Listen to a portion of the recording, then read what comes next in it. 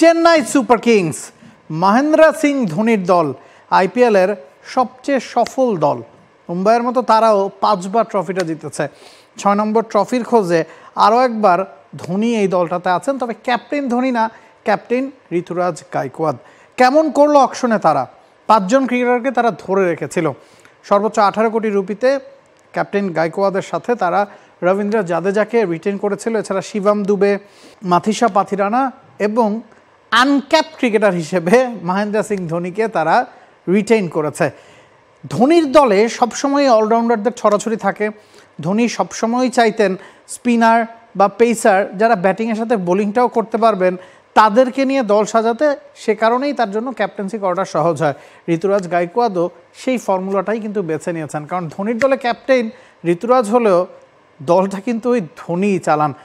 স্কোয়াডের দিকে যদি আমরা তাকাই, এইবারও এই চেন্নাই সুপার কিংসের স্কোয়াডে অলরাউন্ডারদের ছড়াছড়ি। আপনি যদি শুধু লাইনটা দেখেন, বসুন্ধরা টিস্যুতে ছাড়ের ছড়াছড়ি।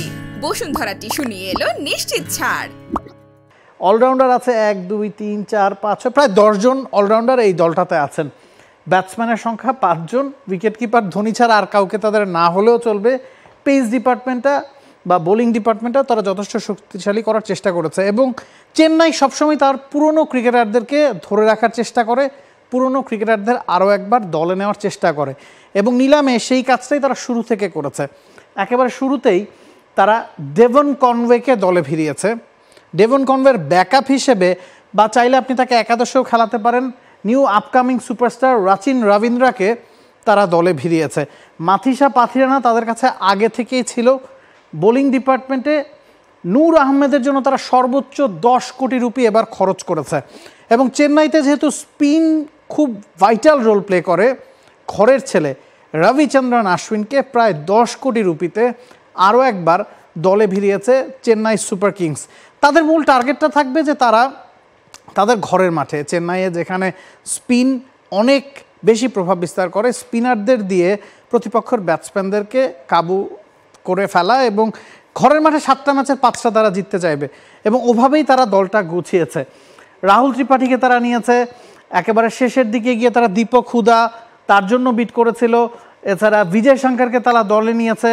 বেশ কিছু ব্যাকআপ এই দলটাতে আছে। সব মিলিয়ে একাদশের দিকে যদি আমরা তাকাই, সম্ভাব্য একাদশটা চেন্নাইয়ের কেমন হতে পারে সেটার দিকে যদি আমরা তাকাই, বোঝা যাবে এই দলটার শক্তি দুর্বলতাটা আসলে কোন জায়গায়।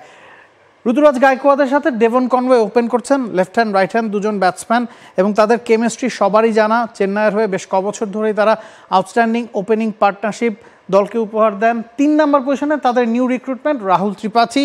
হি will be a dasher. Spin পেসের বিপক্ষে হাই স্ট্রাইক রেটে তিনি ব্যাটিং করতে পারেন। শিবম দুবে যিনি ফ্লোটার হিসেবে যে কোনো জায়গায় খেলতে পারেন, এবং টিম ইন্ডিয়াতেও কিন্তু তিনি ওই রোলটাই প্লে করেন, ফ্লোটার হিসেবে খেলেন, এবং বিশেষত স্পিনের বিপক্ষে হাই স্ট্রাইক রেটে তিনি ব্যাটিং করতে পারেন। 5 নম্বরে জাদেজা, 6 নম্বরে বিজয় শঙ্কর, 7 নম্বরে স্যাম কারান। একসময় তিনি চেন্নাইয়ে ছিলেন, এরপরে পাঞ্জাব থেকে আরও একবার চেন্নাইয়ে নাম লিখিয়েছেন। Dhoni, the all time favourite Mahendra Singh Dhoni 8 নম্বরে হয়তো ব্যাটিং করবেন, কারণ আগের মৌসুমে তিনি ওই 8টা 10টা করে বলে কিন্তু ফেস করেছেন। রবি আশ্বিন 9 নম্বরে, মানে আশ্বিনকে আপনি ফ্লোটার হিসেবে ব্যবহার করতে পারেন। রবি আশ্বিন যখন 9 নম্বরে ব্যাটিং করবেন, তার মানে হচ্ছে ব্যাটিং অর্ডারটা অনেক হেভি, ব্যাটিং অর্ডারে ডেপথ আছে। নূর আহমেদ, মাথিসা পাথিরানা 2 বিদেশি বোলার মূল একাদশে থাকছেন। এখন এখানে শক্তি কোথায়, দুর্বলতাটা কোথায়? যখন তারা ঘরের মাঠে খেলবে, নূর আহমেদ, রবিচন্দ্রন আশ্বিন, রবীন্দ্র জাদেজা 3 জন স্পিনার তাদেরকে 12টা ওভার করে দিবে কনফার্ম। ওই জায়গায় তারা ম্যাচটা বের করে নেওয়ার চেষ্টা করবে। ইম্প্যাক্ট ক্রিকেটার হিসেবে খলিল আহমেদ আছেন, দীপক হুদা আছেন। যদি বিজয় শঙ্কর মূল স্কোয়াডে না থাকেন, হয়তো দীপক হুদাকে তারা ট্রাই করবে, বা দীপক হুদা পারফর্ম করতে না পারলে বিজয় শঙ্করকে তারা ট্রাই করবে। এছাড়া মোটামুটি সেটেলড একটা লাইন আপ। তবে এই দলটার দুর্বলতা বোঝা যাবে তাদের মিডল অর্ডারে গেলে। আপনি যদি মিডল অর্ডার খেয়াল করেন, শিবম দুবের পর রবীন্দ্র জাদেজা, বিজয় শঙ্কর, স্যাম কারান, ধোনি বাদে কেউই কিন্তু বিগ হিটার না।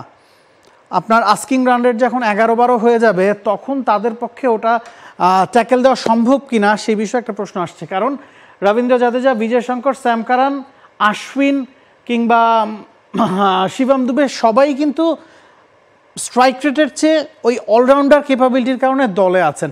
তো এই জায়গায় এই দলটার একটা ঘাটতি কিন্তু চোখে পড়ছে। কলকাতার হয়ে রাসেল রামানদীপ সিং বা মুম্বাইয়ের হয়ে শেষ দিকে হার্দিক পান্ডিয়া যেই কাজটা করতে পারেন, চেন্নাইয়ের এই দলটাতে ওই জায়গায় কিছুটা দুর্বলতা লক্ষ্য করা যাচ্ছে।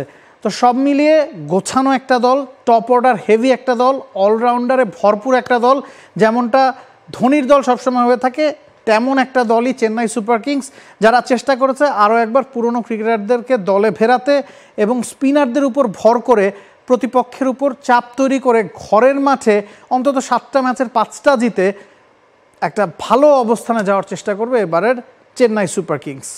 For more updates, subscribe to our YouTube channel and click on the bell icon. Follow us on Facebook and Instagram. Download T-Sports app to enjoy exciting games and highlights. Visit tsports.com.